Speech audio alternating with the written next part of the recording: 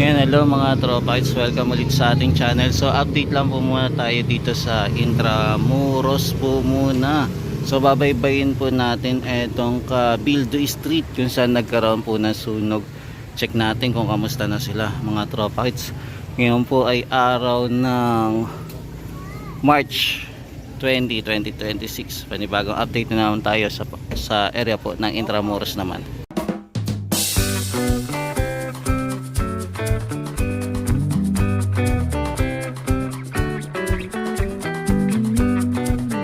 Yan, bali na andito po muna tayo sa street po ng Anday Street. Tapos kung makikita po natin etong kaisa Angelo King Heritage Center o tinatawag din po nila Bahay Chinoy, Museum of Chinese in Philippine Life. Yan, maganda din po etong kanilang museum. Tapos dito tayo babaybay sa Cabildo Street. Tignan natin kung ano na yung progress dito, kung ano yung nagbago. Yan, so bisitahin natin tong area na to kung kamusta na, kung ano na yung pagbabago dito. Yan, so nandito pa pala yung mga tambak, no? Yung mga basura dito nakatambak pa rin. Yan, so ito pala mga bahay na to ay reconstruct pa rin ulit, no? Ibabalik pala ulit. Ayan, so may panibagong bahay na sila.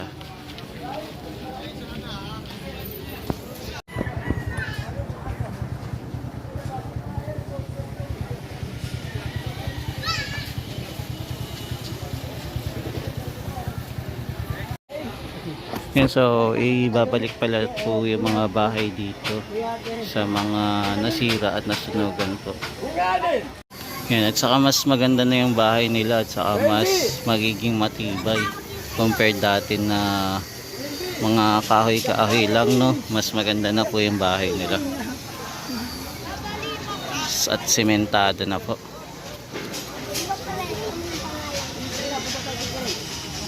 Yan, so lahat po sila ay nandito pa rin naman.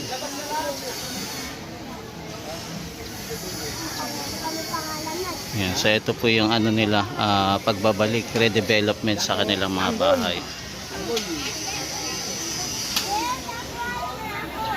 Yan, ito po yung mga nasunog na mga wiring, no? Yung time na yung nagkasunog. Tapos pinapalitan na din po nila yung mga yung para sa Meralco po. Ayan, yung kontador, pinapalitan na din po nila. Zoom natin. Ayan, yung mga tambak na lang po yung aayusin dito para okay na din, para maging maayos po ulit yung lugar dito na nasunugan po. Yan, kung mapapansin nyo po, puro frame, for skeleton pa lang po yung linalagay, kumbaga puro pundasyon pa lang po. Yan, so mas maganda na po yung bahay nila compare yung una na nasunugan po sila. So ito na po yung itsura ng kanilang bahay. Yan, dito naman po sa street ng Real, makikita na po natin yung mga lumang building po dito. Ayan, katulad po dito, no? Ang ganda ng building dito. Lumang-luma na siya. Diba? Sa Real Street po to. Tapos nandito na din po pala yung Instituto Cervantes. Dito na pala yung kanilang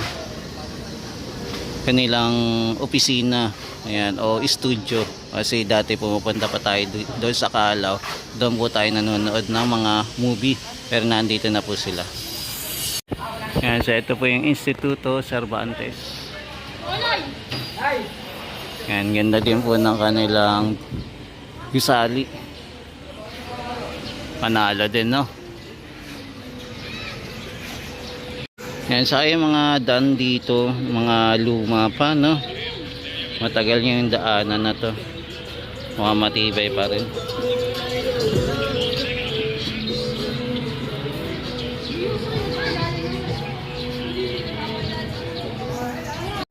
Maganda din po yung mga gusali dito sa area. Yan, dito na po tayo sa Cabildo Street. Kasi ito Casablanca naman. Marami pa rin pala dito mga lumang gusali, no? Yan, ganda pa rin ng mga gusali dito, yung mga luma. Yan, natili dito sa Intramuros. Yan, maging dito din to. Yan, may mga gusali pa rin na inaalagaan nila.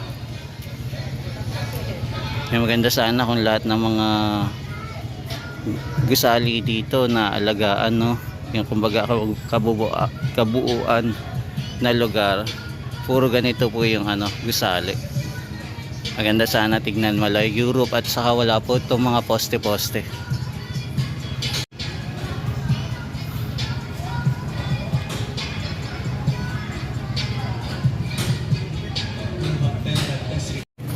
Yan, so ito na yung panibagong panibagong residential dito na dati po ay nasunugan, ngayon ay naging maayos po ulit. Yan, magaganda na yung kanilang bahay. Mukhang sinuportahan to ng gobyerno dahil dito sa nasunugan. Yan, maganda na yung bahay nila, ayos na.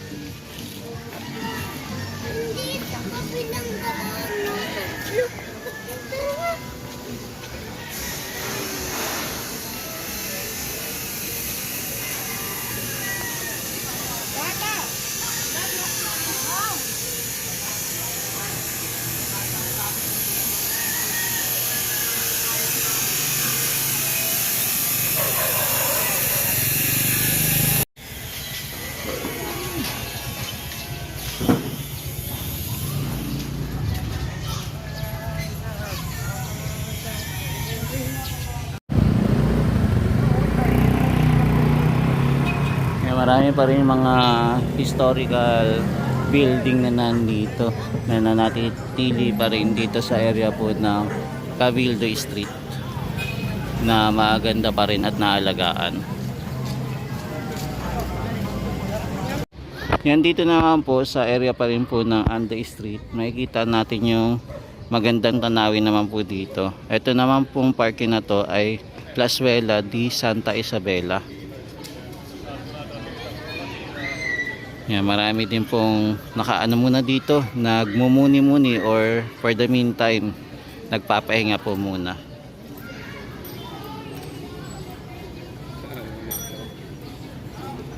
Yan, so nandito na tayo sa General Luna Street.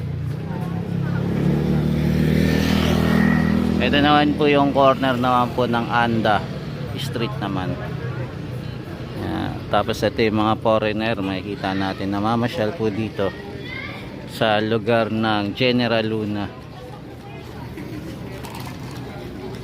Yan, medyo marami po yung turista na pumupunta po dito sa Intramuros ngayon.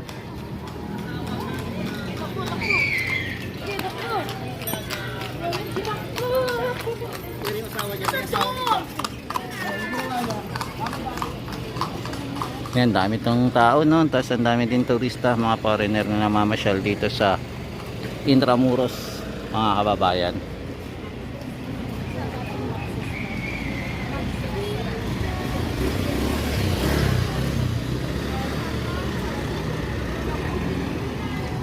Yan, dahil po holiday kaya marami pong namamasyal.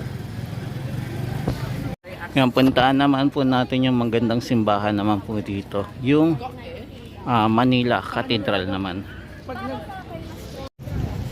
Ito pong Manila Cathedral naman po ay ongoing rehabilitation naman po.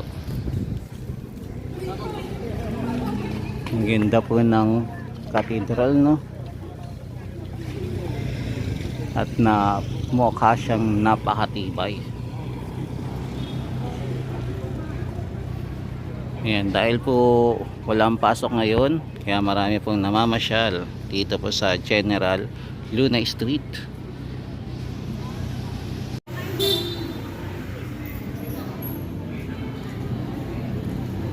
Ayan, so ito naman po yung ating cathedral na inaayos naman po. Ayan, mapapansin nyo po na puno po ng scaffolding itong ating simbahan. Yan, ongoing rehabilitation po siya. Mas pinapaganda po. Yan, so nandito po tayo sa Manila Cathedral. Makikita natin yung bagong design po ng Manila Cathedral na napakaganda po. Ito po yung bagong facade niya, no? Ang ganda ng pagkakagawa niya. Yan, magandang yung mga pinya din po. Maayos din po. Parang nilinis po siya.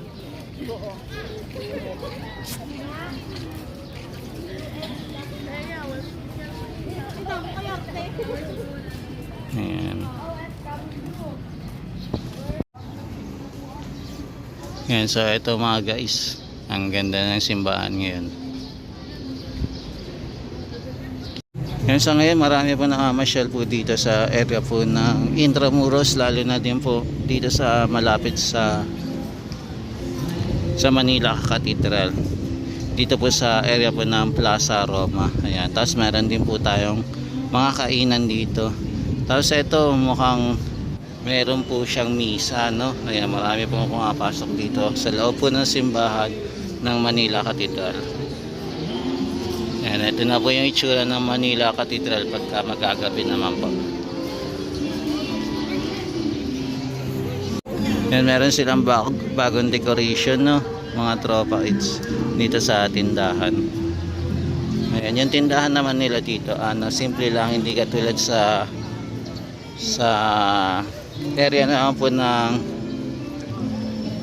Esplanade. Ayan, maganda po yung kanilang kiosk o food stall. Ayan, hindi talaga mawawala yung mga pagkain, no? Pagka mamamasyal ka po sa mga pasyalan, laging meron at meron. Ayan, so ito po yung view naman natin malapit po sa Manila Cathedral at saka naman po sa Plaza Roma.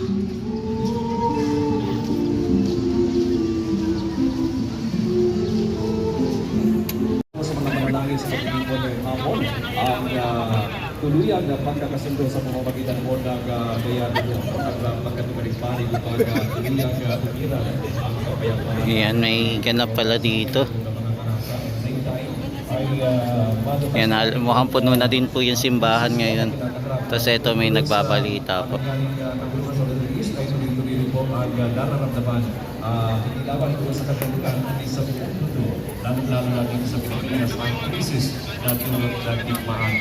Ang dami pang tao ngayon.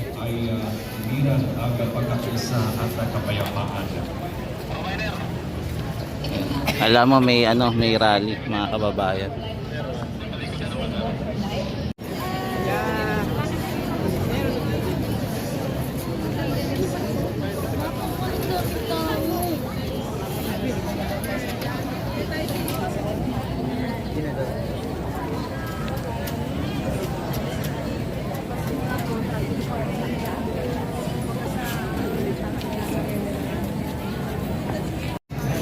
Yan, so for the meantime mga tropa, ito po muna yung update natin dito sa area po ng Intramuros. Ayan, naabutan pa natin itong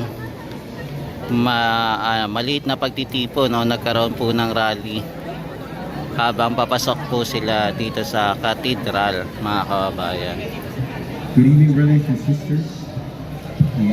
Yan, so maraming salamat po guys sa walang sawang pagsuporta kay JR Doria TV. Yan, ingat-ingat po kayo at pagpalain po kayo ng may kapal. Once again, we would like to ask everyone to please find their seat. And let's settle down.